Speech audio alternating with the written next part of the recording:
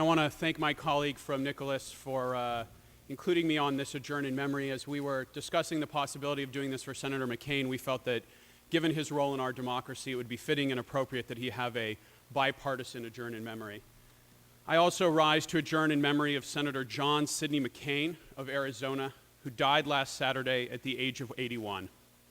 In the course of his long public service, Senator McCain represented the best of American public service: commitment, integrity, personal sacrifice, independent thinking, and an abiding faith in the American people. As we weigh the decisions before us at the close of this legislative session, we would do well to heed Senator McCain's example and emulate his approach to leadership. Most notably, Senator McCain lived outside the borders of dogma, beyond the clamor of the politics of the day. He was beholden to no one above his own conscience. In the last few years of his life, Senator McCain bucked convention to lead the bipartisan Gang of Eight, attempting to forge compromise on the always controversial topic of immigration. This was just one moment in a long anthology of moments in which Senator McCain spent his political capital to advance an effort whose success was far from guaranteed. As always, he was undeterred and unafraid to take personal risks for his country.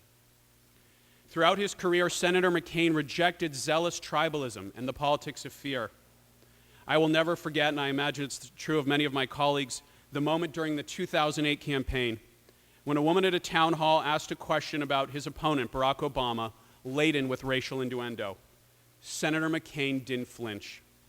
"No, ma'am," he said. "He's a decent family man and a citizen that I just happen to have disagreements with on fundamental issues."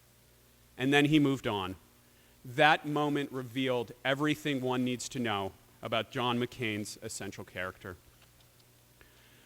Unsurprisingly, there was much that I personally disagreed with Senator McCain on issues of policy and the role of government. As a young staffer in the United States Senate, I worked for a Democrat when Senator McCain served there and was a leading Republican. We were often at odds, but in that body, as at every stage of his career, Senator McCain maintained that our fates as Americans were intertwined in a way that transcended politics and policy differences. In his farewell letter, he wrote, "Our identities and sense of worth are not circumscribed, but are enlarged by serving good causes bigger than ourselves." Even in the sunset of his life, Senator McCain was driven by that noble ideal. In the days since his death, it has been difficult to turn on the television or go on social media without seeing or hearing or witnessing a tribute to Senator McCain.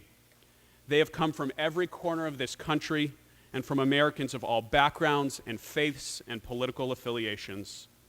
But the common theme through each testimony, the consensus reached by a jury of colleagues, of adversaries, of competitors, of fellow Americans, is the same. John McCain served our nation with integrity, with honor, and with tremendous devotion.